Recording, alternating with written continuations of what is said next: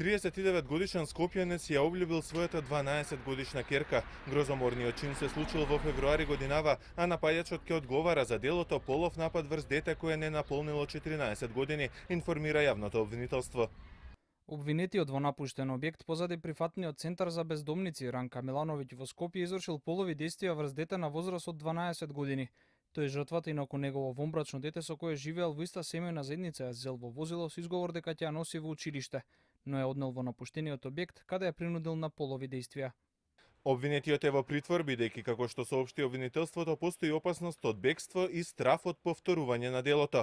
Инаку според информациите на Канал 5, поголемиот дел од педофилите кои служуваат казна затвор во Идризово се токму рецидивисти. Во насока на превенирање на сексуални напади врз малолетниците, во 2012-та беше креиран и регистарот на педофили, но според првиот човек на детската амбасада Меѓаши, оваа мерка не дала резултат. Регистарот уште кога беше воспоставен, ние имавме мислење дека нема да го реши проблемот. Од повеќе аспекти, едно е што треба да биде во функција на институции кои работат со деца, да знаат кои се потенцијални педофили и опасност за децата, а од друга страна и да не се жигосува цело семејство на осудениот педофил се додека служува казна затвор. Но тоа е само една алатка.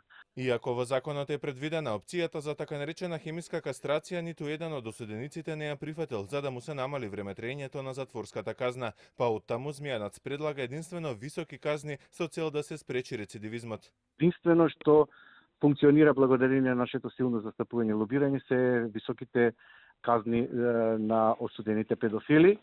И сметаме дека за секој рецидивизам, значи повторно нагласувам дека треба да се доследи доживотна казна затвор. Значи првата казна нека биде минимум 12 години, а веќе второ кривично дело, за жал ако не се покажат успешни овие методи на медикаментно-фармакološka терапија, да биде доживотна казна затвор. Според податоците на Меѓаши, дури 75% од педофилите го повторуваа делото.